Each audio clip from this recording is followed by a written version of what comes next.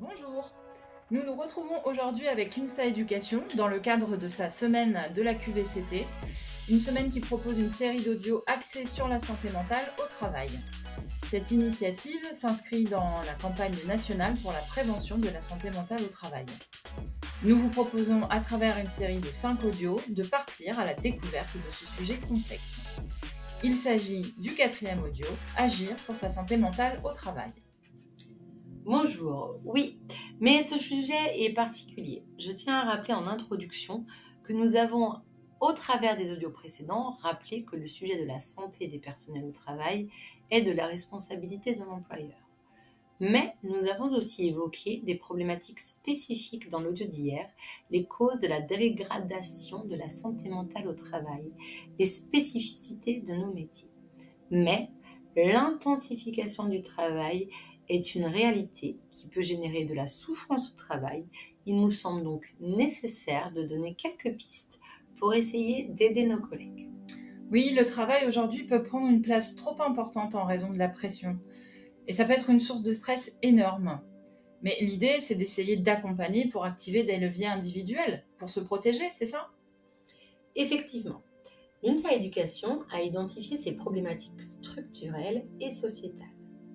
Face aux défis de changement, l'action syndicale s'inscrit dans un temps long. En parallèle, il est nécessaire de se concentrer sur ce que l'on peut maîtriser pour ne pas subir. La santé mentale, c'est cet équilibre entre les pressions qu'on subit de l'extérieur et les ressources qu'on a, notre approche, nos réactions, comment on protège notre espace vital. Des ressources personnelles et sociales, et ça nous amène tout droit à un des premiers leviers, apprendre à poser ses limites et surtout à les faire respecter. Ça paraît simple, on dit comme ça, mais au quotidien, ça ne l'est pas. C'est un travail essentiel, mais qui demande de vraiment réfléchir sur soi. On distingue 3 grands types de limites au travail, c'est ça? Exactement. Premièrement, celles qui sont liées au travail lui-même. La charge de travail, au temps, jusqu'où on se rend disponible. Deuxièmement, les limites dans les relations. Qu'est-ce qu'on accepte comme comportement des collègues, de la hiérarchie? D'accord.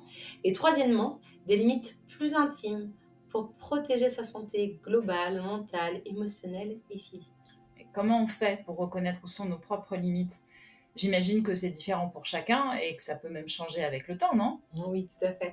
C'est très personnel et ça évolue. Alors pour les identifier, la première chose, c'est de s'appuyer sur son vécu. Repenser à des situations au travail qui nous ont mis mal à l'aise, qui ont créé de l'épuisement, de l'injustice. Qu'est-ce qui, dans ce qu'on nous demandait ou dans l'attitude des autres, a heurté quelque chose en nous? Ces moments-là, c'est des bons indicateurs de nos lignes rouges, en quelque sorte. Tout à fait, une sorte de bilan pour repérer les points sensibles. Ok, il y a une autre piste? Oui, elle est plus proactive. C'est de se poser quelques questions clés. Quelle place je veux que le travail prenne dans ma vie? Est-ce que c'est OK pour moi de déborder le soir, de déborder le week-end? C'est quoi mon maximum d'heures par semaine pour respecter mon équilibre vie perso, vie pro? Et quelles sont les valeurs qui sont non négociables? Ça aide à définir son cadre. Je vois. Je vois, mais pour que ce soit moins abstrait, est-ce qu'il y a des exemples concrets de limites qu'on pourrait poser? Oui, par exemple, ça peut être apprendre à dire non lorsqu'on est surchargé, s'autoriser à partir à une heure raisonnable, même si d'autres restent tard. Un exemple très actuel, c'est choisir de ne pas répondre aux mails ou aux messages professionnels le soir ou le week-end. C'est le droit à la déconnexion, mais on l'applique activement. Et ça ne concerne pas que la charge de travail, j'imagine. Non, non, justement, ça peut être aussi s'obliger à prendre de vraies pauses dans la journée. Pas juste manger son sandwich devant l'écran.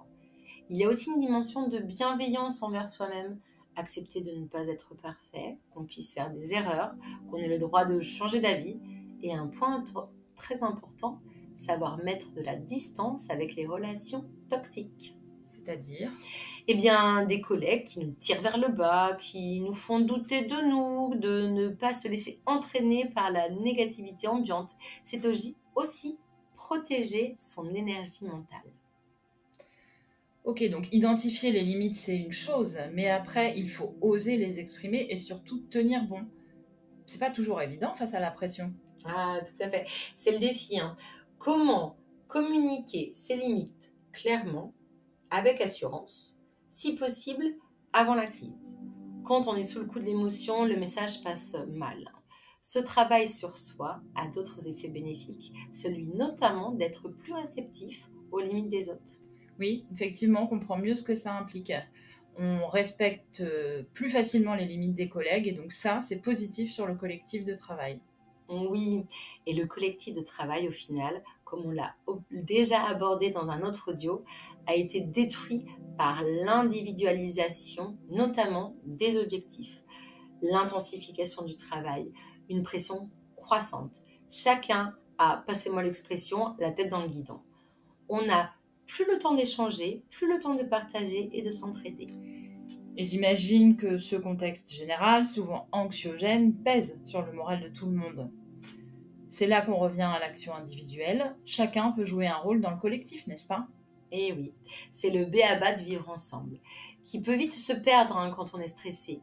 Écouter et ne pas seulement entendre les collègues, même si on n'est pas d'accord. Proposer un coup de main à quelqu'un qui galère, un sourire sincère, un trait d'humour respectueux peut être aussi aidant.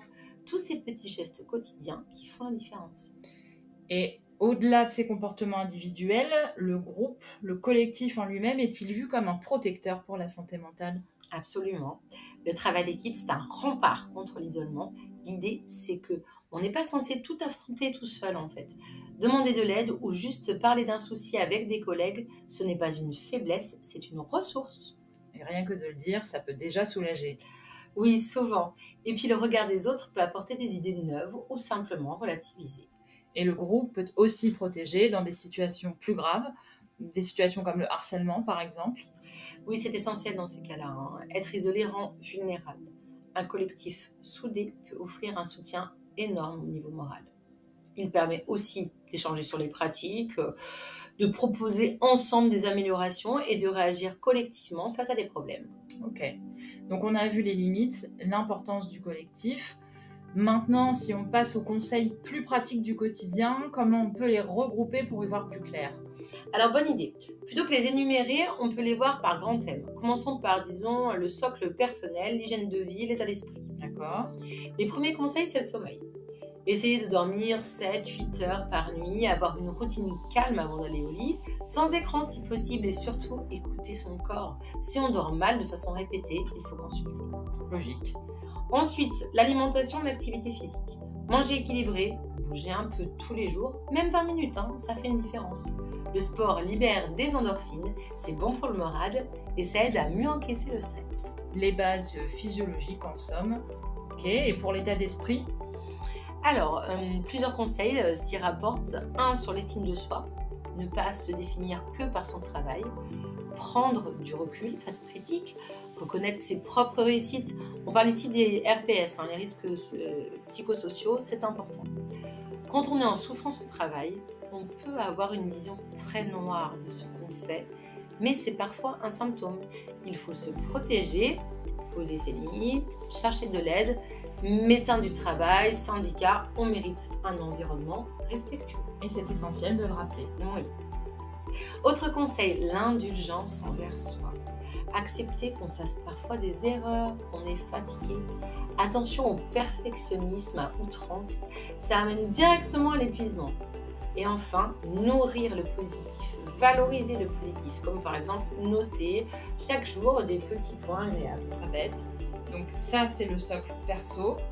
Ensuite, il y a des conseils qui touchent plus à l'organisation de la journée, à la gestion des frontières travail-vie perso. Exactement. Un conseil, d'instaurer des rituels dans sa journée. Des petites habitudes stables. Ça donne des repères, ça réduit le stress et ça aide à se reconcentrer. Ça donne un sentiment de contrôle aussi, peut-être? Oui, un petit peu. Un autre conseil clé, c'est de savoir prioriser, faire la différence entre ce qui est urgent et ce qui est important, se concentrer sur ce qui a de la valeur pour ne pas s'épuiser pour rien. L'astuce, oubliez les listes de tâches interminables. Visez 1, 2, 3 objectifs réalistes par jour. La qualité avant la quantité. Et pour la fameuse frontière vie professionnelle, vie personnelle? Alors, deux conseils directs. Le premier, créer consciemment un sas de décompression.